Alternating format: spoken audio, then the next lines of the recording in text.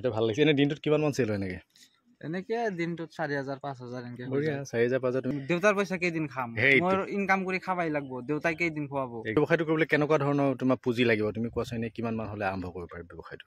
এইটো ব্যৱসায় মোটামুটি 5-7 হাজাৰ টকা হলে আৰু কৰিব। 5-7 হাজাৰ টকাত এটা ব্যৱসায় আৰম্ভ কৰিব পাৰে। আজিৰ দিনত 10 টকাতে কোনে আপোনাক এনেই দিব? গতিকে ঘৰত হাত সাৱটি বহি থকাতকৈ কিবা এটা ব্যৱসায় কৰক। প্ৰথমতে লাজটো এৰক।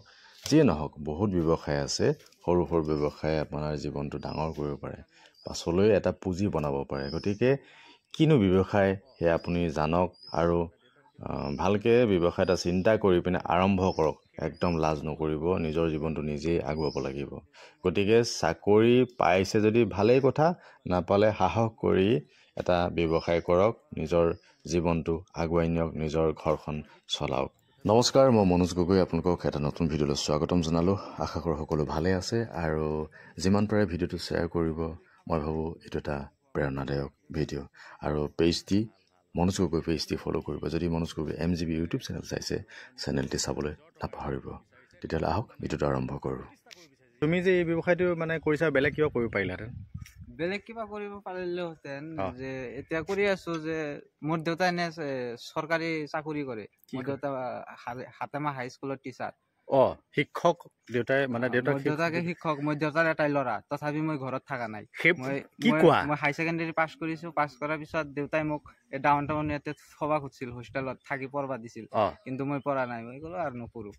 পঢ়া বাদ দি কিনে মই এইটো ব্যৱসায় কৰি আছো। আৰু দেউতা তোমাৰ শিক্ষক হয়, তথাপিও ঘৰৰ এজন ল'ৰা, তথাপিও তুমি এনেই থকা নাই, দেউতাৰ পইচা খাই থকা নাই, নিজৰ ইনকাম কৰি আছে। দেউতাৰ পইচা কেইদিন খাম, মই ইনকাম কৰি খাবাই লাগব, দেউতাই কেইদিন খুৱাব। দেউতাৰ পইচা কেইদিন খাব পাৰিম। ভাল ভাল ভাল। সেইটো কিন্তু মোৰ বহুত বেছি ভাল লাগিলে। দেউতাকৰ টকাৰে তেওঁ নিজে তেওঁ নিজৰ টকাৰে চলিব বিচাৰিছে, নিজক মানে প্ৰতিষ্ঠা কৰিব বিচাৰিছে। যিয়ে হওক, সৰু ব্যৱসায়ী হওক লাগিলে। দিয়া এইবিলাক কি আছে, কেৰেলা দিয়া বঢ়িয়া আছে, আমি আৰু কিয় কি ল'ম।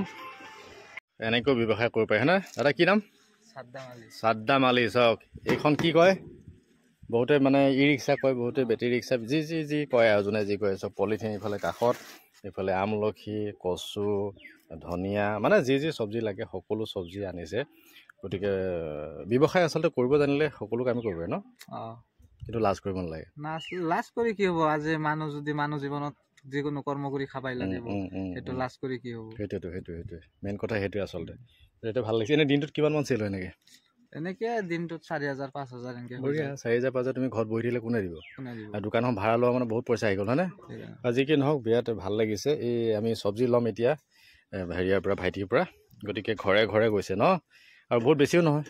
বেছি নহয়। বজাৰত যি দাম ৰেট, মোৰ তাতে সেই ৰেট ন, সেই কথাটো ভাল। কিন্তু বজাৰত নগৈ আমাৰ টাইম লছ, পেট্ৰল লছ বা যিয়ে নহওক, মানে বহুত ধৰণৰ মানে হেৰি হৈ যায়, সমস্যা হৈছে। গতিকে ঘৰৰ ওচৰত যদি ইমান ধুনীয়াকৈ দিছে সুবিধা, আমি লোৱাত কি আপত্তি, নহয় জানো? বঢ়িয়া, শুভেচ্ছা থাকিল। আপোনালোকে ল'ব, আমি এটা ব্যৱসায় কৰি আছো।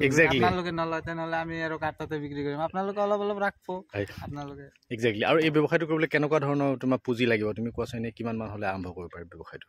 এইটো ব্যৱসায় মোটামুটি 5-7 হাজাৰ টকা হলে আৰু কৰিব। 5-7 হাজাৰ টকাত এটা ব্যৱসায় আৰম্ভ কৰিব পাৰে। এইটো কাঁচামালৰ ব্যৱসায়। কাঁচামালৰ ব্যৱসায় মানে কেঁচা মালৰ চব্জি ব্যৱসায় 5-7 হাজাৰ হ'লে হ'ব পাৰে হয়নে? হৈ যায়। বঢ়িয়া। দিয়ক শুভেচ্ছা থাকিল। আমি চব্জি লওঁ। Bye bye, love you all. যিমান পাৰে শ্বেয়াৰ কৰি দিবা, এটা ইনস্পিৰেশ্যন ভিডিঅ' নহয় জানো বাৰু? আৰু তুমি অলপ গাড়ীখন দেখাই দিছোঁ খুব ধুনীয়াকৈ, কেনেকৈ বনাই লৈছে সেয়াই আৰু।